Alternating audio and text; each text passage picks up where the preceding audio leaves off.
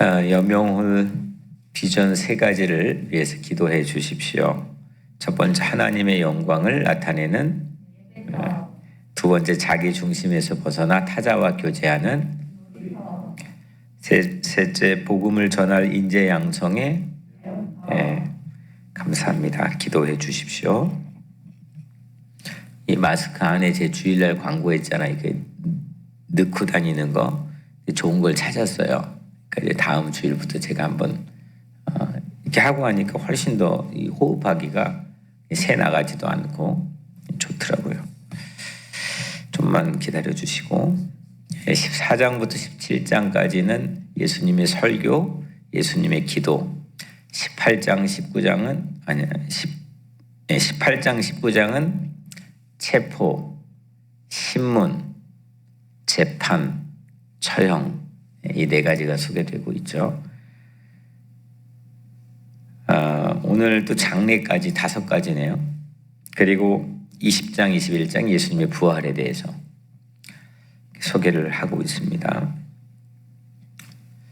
18장에 나와 있는 신문 과정에서는 안나스 대제사장 가문이 예수님을 아주 간교하게 신문을 하고 재판에 기소를 하죠.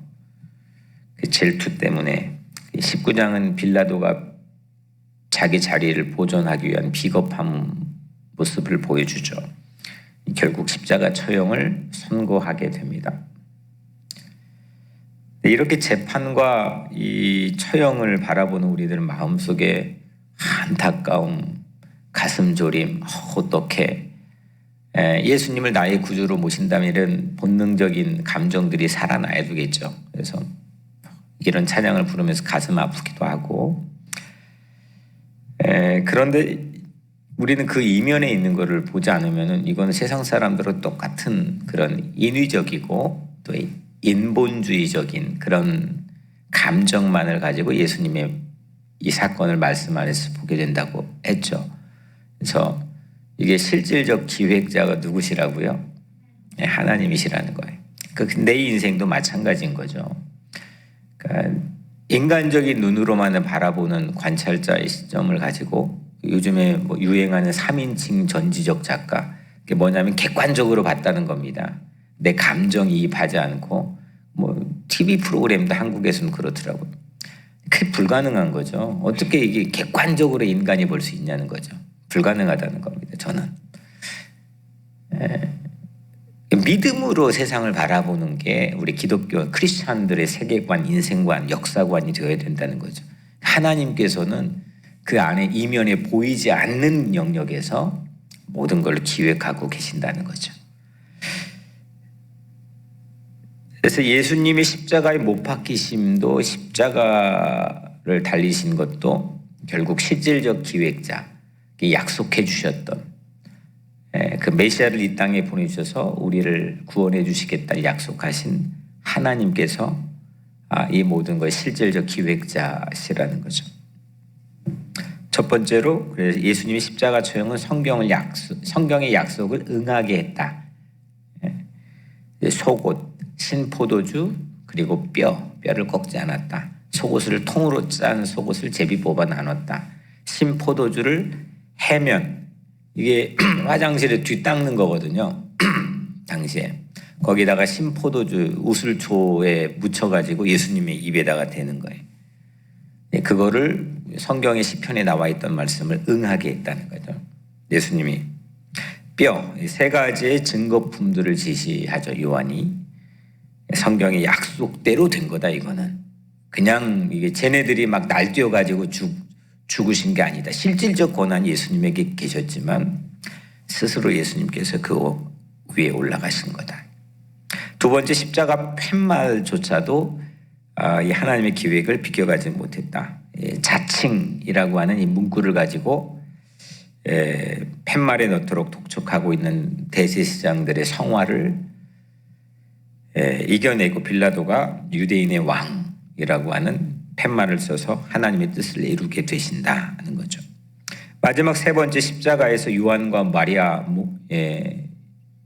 이게 모녀가 되죠. 새로운 가족을 이루게 되죠.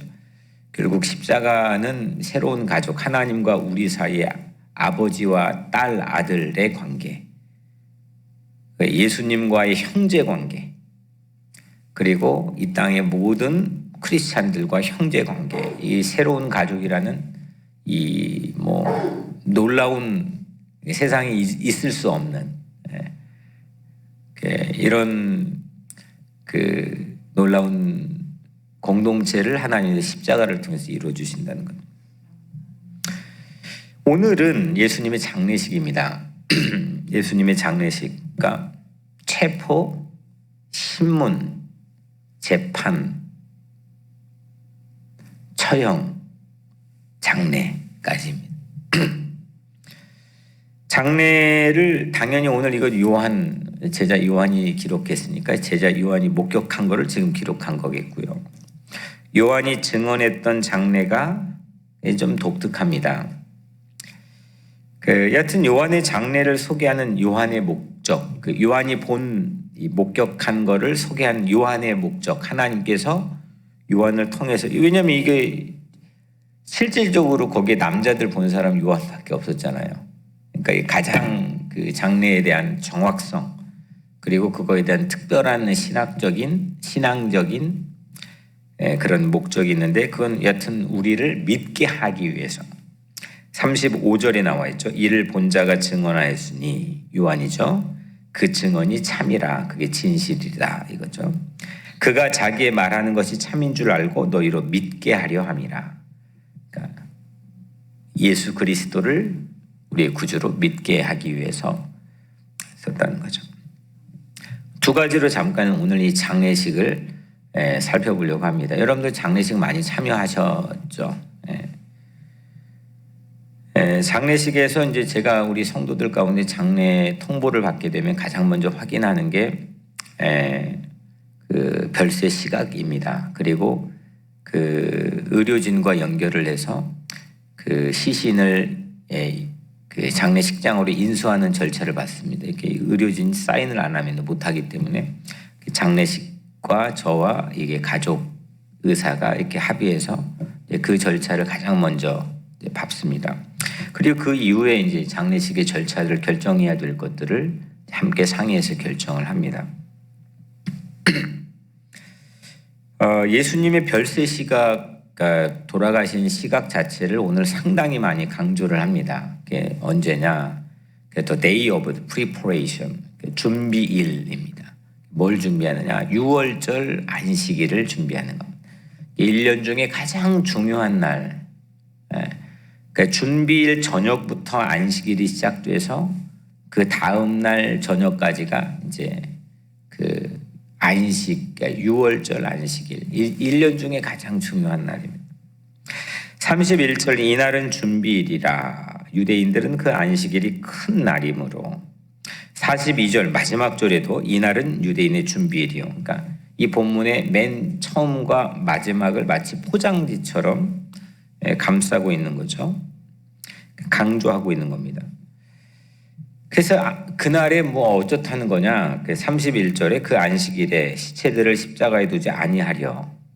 유대인들, 이 대제사장들이 특별한 그 의도를 드러낸 거죠. 참 이게 눈 가리고 아웅하는 모습입니다. 가관인 거죠. 6월절 날 앞두고 딴에는 정결을 자기들이 유지하려고 법을 지켰다. 정결하, 우리는 깨끗하다, 우리는 거룩하다, 이걸 유지하려고 시체를 십자가에서 내리려고 했다는 거죠. 위선 아닙니까? 조금 전까지는 막 그 극악하고 포악한 자기 폭력성을 노골적으로 드러내가지고 막 사람들을 선동하고 막 그래가지고 죽게 만드는, 아주 야비한 거죠. 이게 그러면 우리 안에는 없냐? 오늘날 교회 안에는 없냐? 이게 세상 안에는 없냐? 이거 더하면 더했지 동일하게 있다는 거 아닙니까? 그렇지 않아요? 이렇게 위선적이지는 말자는 거 아닙니까? 잘못했으면 잘못한 거고, 또 실수할 수 있으면 실수할 수 있는 거, 고마우면 고마운 거고, 속과 겉이 다른 거가 마치 일상인 것처럼 그렇게 살아가지는 않아야 될 텐데. 그래서 이 사람들이 제안한 방법이 뭐냐? 31절 빌라도에게 그들의 다리를 꺾어 시체를 치워달라 하니, 시체를 만져서 부정타지 않으려고 시체를 이렇게 터치하면은 안식일날 법으로 규정이 되어 있거든요. 누군가를 터치하게 하는 것도 이거는 부정타는 거거든요. 그래서 죄수의 무릎을 이렇게 시체에 올려놓으면 안 되니까 계속 호흡이 있는지 없는지도 모를 정도로 이게 십자가가 이게 막 모든 걸 말리게 해가지고 죽이는 처형 방법이니까 죄수 무릎을 쇠망치로 칩니다. 나무망치, 쇠망치로 쳐가지고 그 무릎을 꺾어서 이게 꺾이면 의학적으로 이게 호흡이 가빠지고 금방 죽는다는 거죠. 죽음을 재촉하고 그 죽음을 확인하는 작업입니다. 그래서 예수님 좌우에 매달린 두 사람의 다리를 이미 그 방법으로 꺾었습니다. 그리고 예수님도 꺾기 위해서 다가갔지만 예수님 이미 운명하셨습니다. 죽으셨습니다. 다리를 꺾지 않았습니다. 출애굽 때 첫 번째 유월절 규례를 출애굽기 12장을 통해서 보면, 출애굽기 12장이 제가 지난 주일 설교에서도 수많은 잡족에서 누구죠? 갈렙이 그 잡족 출신이라고 하는 추정치가 거의 정확할 거다 이렇게 말씀드렸는데, 여하튼 그 출애굽기 12장이 상당히 중요합니다. 그러니까 마치 우리의 구원의 구약 안에서의 구원 사건이 처음 시작된 그 12장을 중심으로 그 이유가 펼쳐지고, 그 12장의 새로운 예수 그리스도의 사건을 통해 재현되는 게 예수 그리스도의 부활 사건 아닙니까? 그러니까 여하튼 이 12장 출애굽기 12장이 상당히 중요한데, 여하튼 46절에 보면 한 집에서 먹되 그 고기를 조금도 집 밖으로 내지 말고 뼈도 꺾지 말지며, 뼈 꺾지 말고, 이게 첫 번째 유월절이거든요. 첫 번째 유월절, 그러니까 역사상 첫 번째 유월절. 이 문임방 문설주에 피 바르고 거기에서 고기 가지고 멈추지 말고 허겁지겁 달려가면서 그 음식을 먹어야 된다. 남겨두지 말라. 그리고 그 음식에 어린 양의 뼈는 꺾지 말고 요리해라. 이게 이제 유월절 음식의 규례거든요. 우연치고는 신비하지 않습니까? 이 사건이 그 시점에서 유월절 바로 전에 그 시작 지점에서 일어난 거거든. 그 전날 저녁부터 시작되니까 여튼 음식을 먹었던 시각, 유월절 출애굽 시작하는 시각, 그리고 예수님이 시신에서 내려온 오후 3시 이후니까 그 예수님의 그 생명의 빵, 자기 몸을 찢으신 그걸로 이 인류에게 자기 몸을 내주신 사건이 있기 시작한 시각 동일한 거잖아요. 그 뼈를 꺾지 말라고 했던 거, 그 뼈를 실제 꺾지 않았다. 이게 성경을 응하게 했다는 그 말씀의 사건이 이루어진 것. 이게 우연치고는 너무 신비하지 않습니까? 결국 이게 하나님이 다 기획이셨다는 거죠. 하나님이 약속하신 거 이루어 주신가라는. 뭘 그러면 오늘 첫 번째로 이루어 주시려고 하느냐? 뭐 이렇게 시점 별세의 시각을 오늘 말씀에 강조를 했느냐? 예수님께서는 유월절 어린 양으로 우리를 위해 십자가에서 죽으셨다라고 하는 것을 강조하시는 거죠. 여러분들을 위해서, 나를 위해서, 우리를 위해서 예수님은 어떻게 돌아가셨느냐? 하나님은 무슨 목적과 강조를 가지고 예수님의 십자가에서 돌아가도록 기획하셨느냐? 유월절 어린 양입니다. 유월절 어린 양은 뭐냐면 우리를 살리시기 위해서 문임방과 문설주에 그의 피를 바르고 뼈를 꺾지 아니한 그 음식을 먹고 허겁지겁 멈추면 안 됩니다. 그러면서 이집트를 빠져나온 사건처럼 우리도 옛사람에게서 예수 그리스도의 보혈을 내 영혼의 임방과 설주에 발라서 그 죽음의 권세가 나를 넘어오지 못하도록 나를 이겨주시고 보호해 주심을, 그의 생명의 빵을 통해서 우리의 삶의 새로운 날을 시작하게 한 날, 이 날이 바로 유월절 어린 양 예수 그리스도의 십자가 가지고 있는 의미인 거죠. 그래서 이게 복음의 핵심입니다. 6월절 어린 양 예수 그리스도. 세례 요한도 예수님 보면서 바로 옆에 지나 건의심을 보면서 이렇게 나와 있는데, 저기 봐라, 이렇게 세례 요한 자기의 제자들에게 저기 봐라, 저분이 요한복음 1장 29절 세상 죄를 지고 가는 하나님의 어린 양이로다. 아멘. 예수님은 우리 죄를 대신 지고 내 죄를, 우리의 죄를, 공동체 죄를, 세상 죄를 대신 지고 가는 하나님의 어린 양으로 죽으신 거죠. 이게 이제 하나님의 기획의 클라이막스, 이 결론인 거죠. 이걸 모르면 우리는 복음을 알 수가 없는 겁니다. 34절에 그중 한 군인이 창으로 옆구리를 찌르니 곧 피와 물이 나오더라. 예수님의 허리를 통해서 심장에 창을 찔렀어요. 그러니까 두 가지 의학적 방법이 있는데, 죽음을 확인한 두 가지 방법이 무릎에 쇠망치를 치는 방법, 그리고 심장을 가지고 그 옆구리를 찔러서 심장에 창이 오게 해서 피가 전부 다 쏟게 만드는 방법. 예수님은 이 방법을 통해 죽음을 확인하셨죠. 그래서 옆구리에서 피와 물이 쏟아졌습니다. 출애굽 때 유월절 양의 피를 아까 말씀드렸죠.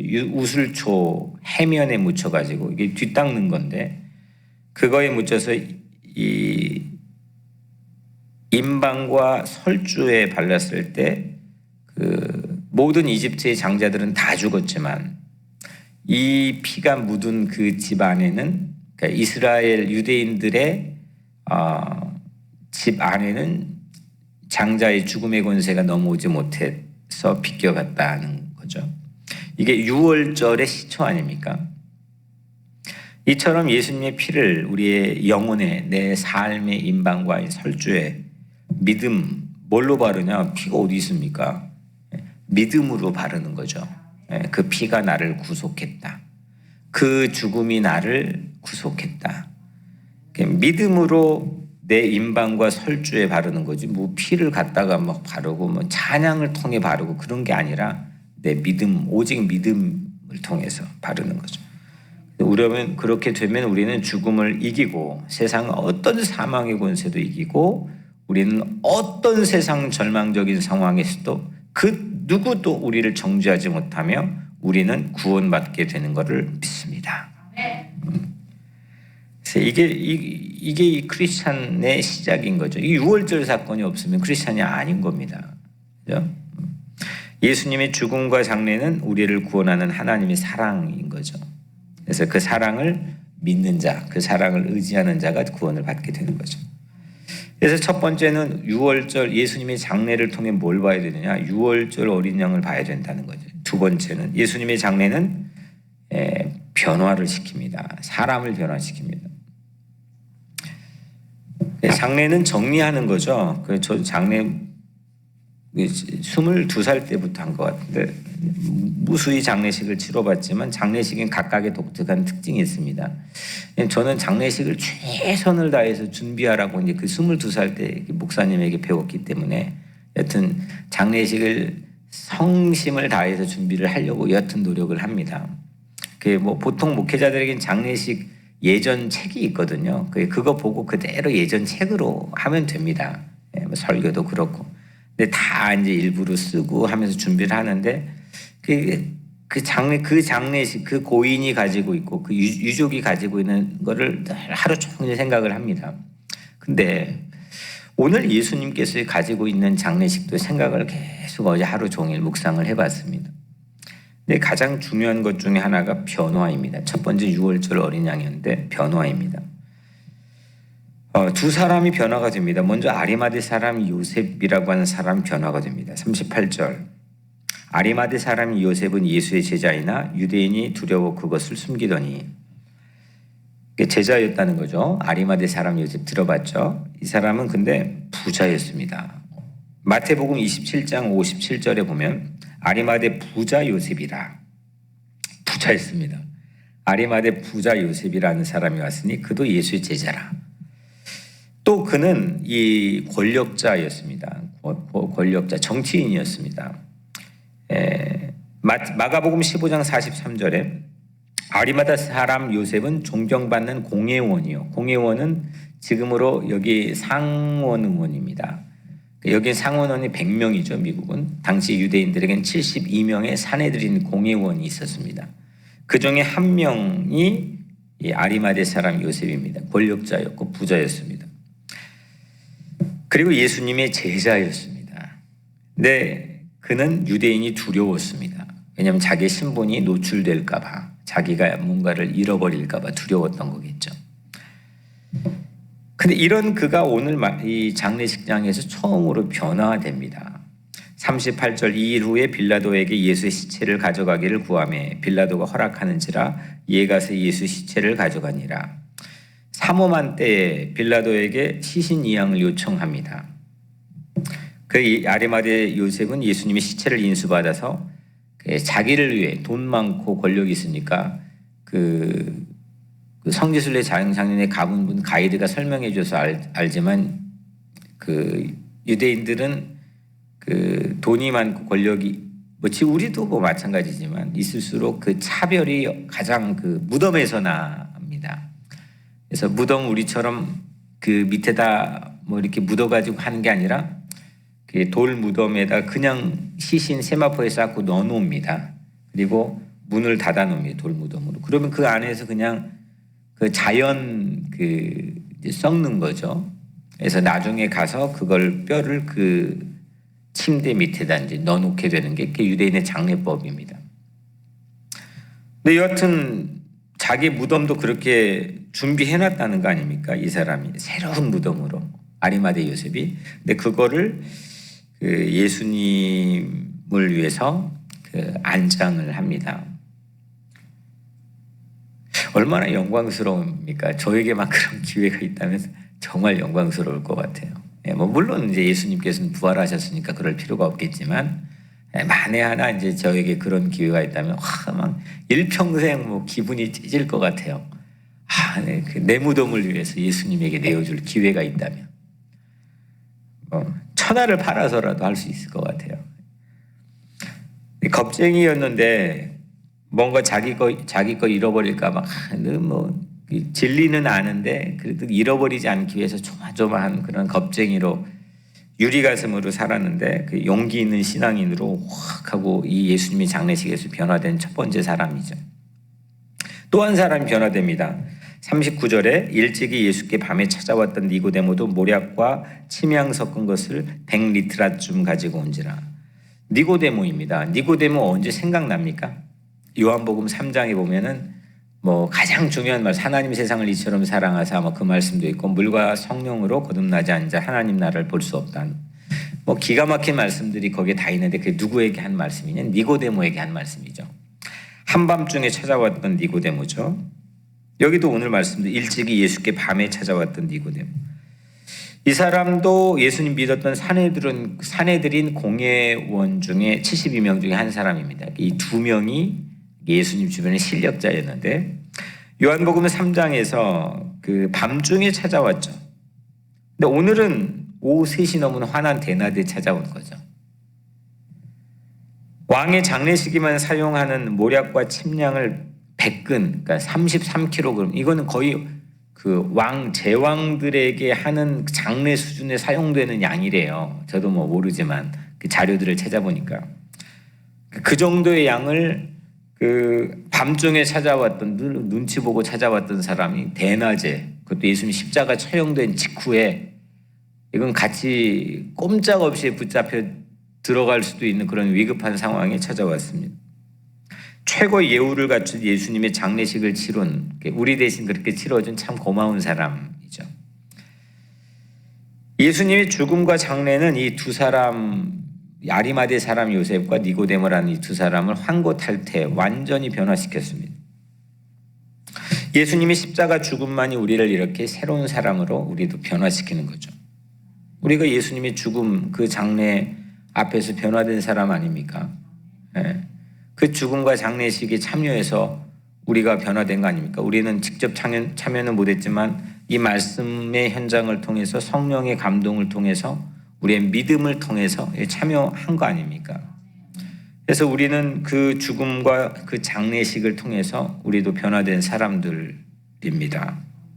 예수님의 시체는 오후 무렵 십자가에서 내려지고 수습되고 장례식을 치러졌습니다. 그러니까 제가 초반에 말씀드렸지만 그 시각이 기가 막히게도 6월절이 시작되는 어린 양 고기를 먹는 시간입니다. 그렇게 우리에게 새로운 생명의 양식이 되어주신 시각조차도 예수님 맞춰주신 거죠.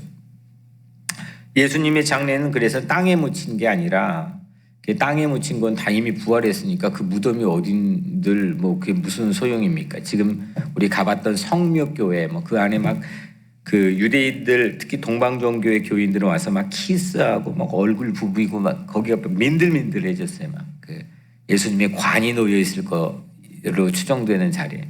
그게 무슨 소용이 있습니까? 예수님 부활했는데 그게 무슨 그거는 아주 또 이게 형식주의로 빠질 수 있는. 예수님은 내 안에 묻히신 거죠. 내 안에. 내 안에 묻히셔서 임방과 설주에 내 영혼의 틈새도 조금의 틈도 주지 않고 나를 지키기 위해 내 안에 묻히신 거고, 부활하셔서 나와 함께 오늘 동행하시는 거죠.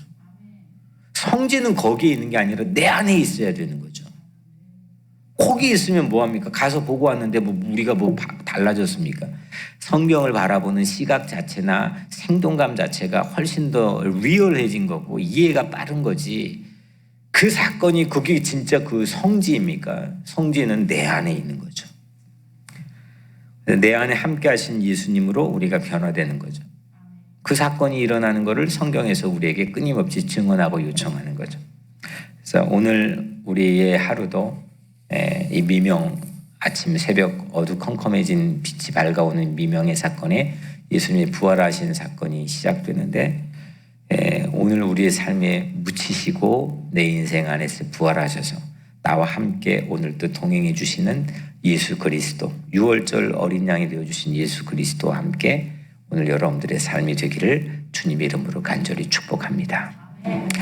제가 기도하는데 오늘 말씀을 어린 양 예수 그리고 장례를 통해 변화된 두 사람, 이 말씀 따라서 여러분들 기도하시고 노아방주 사역을 위해 기도하시고 여명을 오늘 인부 사역 섬기는 사역을 위해서도 기도해 주시고, 또 우리 강북이 집사님 이제 지난 토요일 장례를 잘 마쳤는데 우리 강북이 집사님 하나님께서 위로해 달라고 기도해 주시고, 또 몸이 아픈 분들을 위해서 회복을 위해서 기도해 주시고, 또 우리 교회 다음 세대들을 위해서 어린아이들, 또 우리 EM 아이들을 위해서 기도해 주시고, 제가 기도하겠습니다. 은혜로우신 아버지 하나님, 오늘 하나님이 기획하시고 약속하셔서 예수 그리스도를 십자가에 매달아 못 박혀 죽게 하시고 그의 장례를 치르게 하시고 오늘 내 가슴에 묻어주심을 감사합니다. 이 감당할 수 없는 은혜를 받은 우리 각자의 삶이 얼마나 가치 있고 얼마나 존귀하고 얼마나 사랑받은 존재인지 잊지 않고 감사하며 사는 오늘 하루가 되게 하시고, 3일 만에 부활하셔서 나와 함께 동행하시는 예수 그리스도와 함께 세상에 당당하고 담대하게 믿음으로 찬양하며 감사하며 사는 오늘 하루의 삶이 되게 하여 주옵소서. 온 우리에 흩어져 있는 뉴욕 우리 교회 성도들을 오늘 하루 온종일 성부 성자 성령 하나님의 능력과 권세로 축복해 주시오며 사랑이 많으신 예수 그리스도의 이름으로 간절히 기도드리옵나이다. 아멘.